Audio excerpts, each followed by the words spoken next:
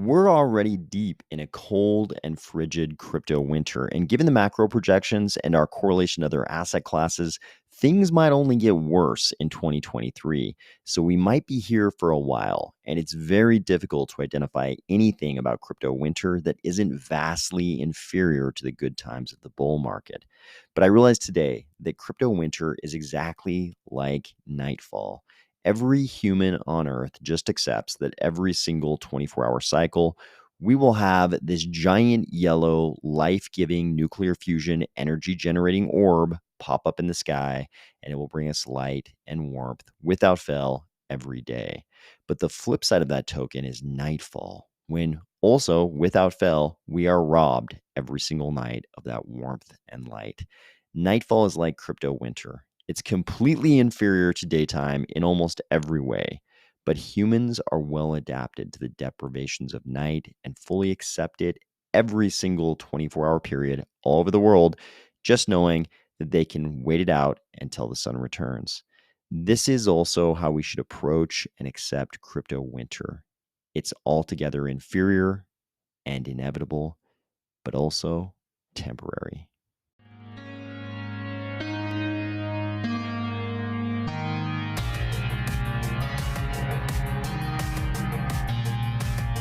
Today, we are going to discuss things in sub-Saharan Africa looking great for the plans of World Mobile and Cardano, Binance's proof of reserves auditor with a somewhat ominous move, the Bank for International Settlements embracing a more crypto stance, and Artifct Moon with some progress to report. This episode is sponsored by Iha Apothecary of Ireland. You might be a gnarly crypto person who never gives a thought to skincare, but you probably do have a significant other or loved ones who very much care about their skin, and this would be a great option to get them a very unique and special gift for the holidays. Their products include natural ingredients like seaweed, lady's mantle, camellia oil, rosa damascena flowers, huckleberries, and peat. They say their products contain ethically sourced and locally produced Irish peat. Their ethos is to sustainably and ethically extract their peat to maintain and protect their beautiful Irish bogs. They never test on animals, only on themselves. They've got all kinds of products from serums to masks to sheet masks, even a book of fairy and folk tales of Ireland, all kinds of bundles. Check them out, Iha Apothecary, link in the description box below. If you can't decide what to get, or if you're a last minute shopper worried about global shipping times, they also have gift card vouchers.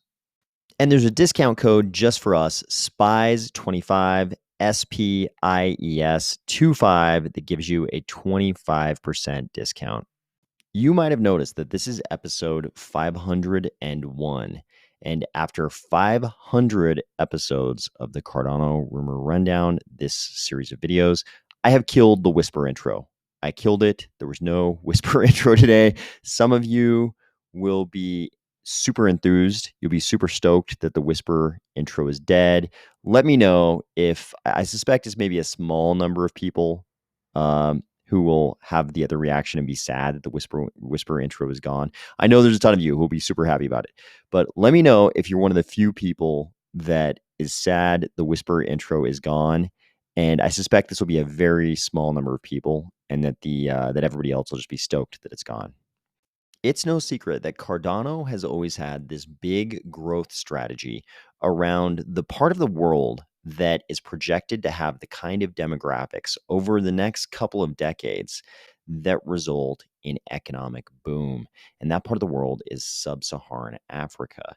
It's always been a big area of focus for Charles and IOG and all of Cardano, really famously with our project, Cardano's project with the Ministry of Education in Ethiopia to onboard a huge number of students. And there's always been this question. Whenever this is discussed, there's always this question. People find it hard to believe that the place where crypto could flourish would be a part of the world that is still seemingly so much in that developing nation phase. You know, to varying degrees, a lot of nation states in Africa are still definitely in the developing nation state sphere. So there have always been these questions. Crypto seems so tech focused and cutting edge. How can this be the area of the world where crypto is going to flourish the most easily? Today, Mr. Telecom saw a comment sort of in that same vein on Twitter and responded to the comment with this whole thread, sort of laying out some of the different aspects of the world mobile strategy in a place like sub Saharan Africa. And he accompanied that with, I think, some stats that will still be pretty eye opening to a lot of people about smartphone and mobile penetration in sub Saharan Africa. This is something we've talked about on the channel before, but I think a lot of people still don't realize what I'm about to show you. Check out these stats. In 2021, 515 million people in sub Saharan Africa were mobile subscribers. That's the number of unique mobile subscribers in sub Saharan Africa in 2021. That's pretty significant because the total population of sub Saharan Africa is only something like 1.17 billion people. So you've got in 2021, 46% of people being mobile subscribers. By 2025, just a few years from now, they think that number will be more like 613 million. So you've got a penetration rate of half. Half of all of sub-Saharan Africa will be mobile subscribers by 2025. But of course, you're thinking, hey, to use crypto, you can't just have any cell phone. You're actually going to need a smartphone or a laptop or something. So we have to look at the smartphone penetration as well. And it turns out 49% of the connections in sub-Saharan Africa in 2021 were via smartphone, almost half. By 2025, this number is going to be 61%. 61% of people making these mobile connections will have smartphones in sub-Saharan Africa. Also, by 2025, a third of the connections will be made on 4G. So it's not like there's not a hugely substantial number of people who are going to have fast internet via their phones in just a couple of years. Also, by 2025, they're estimating that the mobile industry will contribute $154 billion to the GDP of sub-Saharan Africa. So I think we can put to rest a lot of these notions that sub-Saharan Africa won't be developed enough in just a short number of years to have a booming population of people with enough connectivity via their smartphones to be able to embrace and utilize crypto. I think this is going to be great for the plans of Cardano and World Mobile. And of course, World Mobile's plan is to just further add to that connectivity of the people in sub-Saharan Africa. It's also a place where we've famously seen a huge amount of instability of currencies and central banks and governments. So I don't know if we could even find a more potentially welcoming environment for crypto to grow alongside booming populations and booming economies.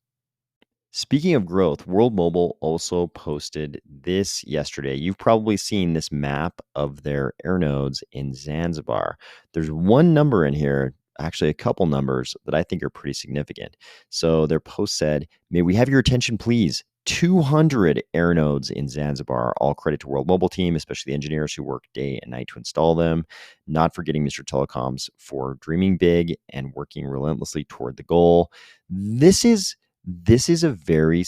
becoming a very significant project and enterprise in the real world, which is not something we can say very often for crypto projects. There are 200 air nodes. You can see, I assume there are those little red dots all over Zanzibar, concentrated right here. But look at the unique users over the last 24 hours. 19,364. We're talking about 19,000, over 19,000 people actually using this wireless network that's been built on our blockchain.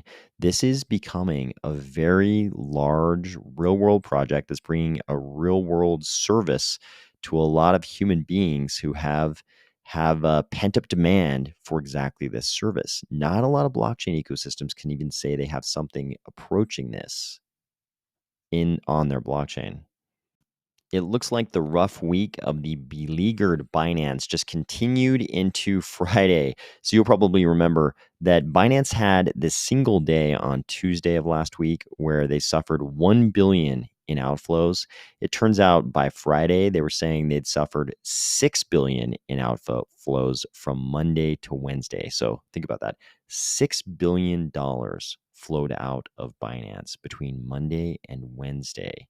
And toward the end of the week, things did not really get better as their proof of reserves auditor, who is also the auditor for Crypto.com and KuCoin, decided to pause all work on crypto clients. They say they had paused their activity relating to the provision of proof of reserve reports for entities in the cryptocurrency sector due to concerns regarding the way these reports are understood by the public. It looks like the auditor didn't just pause current and future work with crypto clients. They went further than that, as CoinDesk reported that they deleted Binance's proof of reserves assessment from their website. Like I keep saying, I don't think anybody really knows, maybe except for CZ, really knows if Binance is going to be okay or not. I don't think anybody can see that future. Maybe this is all nothing, it blows over, nothing happens. But at this point, I think we've got more than enough red flags. We've seen more than enough red flags for you to make the decision that now is definitely the time to take your assets off centralized exchanges like Binance and self-custody those assets. This is that point where if you keep your assets on Binance and something happens to Binance, there were more than enough red flags. You had plenty of warnings, and you would only have yourself to blame at this point if you saw all of this going on and you left your assets on Binance. I always like to finish off with the good crypto news. And here's a big win for crypto that a lot of people probably won't even notice. So here's Caitlin Long, who is kind of the preeminent source of information on international banking and its relationship with crypto. She says, signal through the noise. Today, the Bank for International Settlements dropped its proposal to penalize the use of permissionless blockchains by banks. You might not have even known that that was in play. That was a possibility. And then Caitlin Long, in the name of Custodia Bank, of which she is the founder and CEO, herself and the CTO submitted a comment letter on this proposal from the Bank for International Settlements back in October, and it turned out it worked. So she says, this is news. Bank for International Settlements also endorsed capital rules for banks globally that enable holding up to 2% of tier 1 capital in Bitcoin and other crypto assets. So this is a huge reversal. We went from maybe they would endorse regulations that would actually penalize banks for using any kind of permissionless blockchains. They went from that to embracing this idea that maybe banks can just go ahead and hold up to 2% of their capital in crypto assets like Bitcoin and others. Finally, it looks like we got another update from Artifct, home of the Artifct Moon project. They say Moon Map update user interface for the search and purchasing of plots is now complete, allowing users to locate any group of plots and purchase them directly from the map. This makes a lot of sense to me. I think if you're going to have a moon metaverse, then you need to have a map of your moon where people can buy those plots. They say this includes special plot filtering. If you've been a part of this project, you'll know what they're talking about. There's various like landing sites and things like that on the moon. They say some tasks to do before go live: user interface, user experience polish, and aggregating listings from all marketplaces soon. I love to see this. I hope Artifct ends up delivering this moon metaverse to us. It's been a long time. They went through this whole transformation where they were building out their own NFT marketplace for all kinds of NFTs, and then it looks like they've refocused on this moon project. So, like all of our big notable Cardano metaverse projects. I hope they actually get to the point where they deliver a metaverse to us where we can go in there and hang out and actually walk around. I think that we'll find out about that down the road, like with a lot of these metaverse projects. But I hope you had a great weekend, and I'll talk to you tomorrow.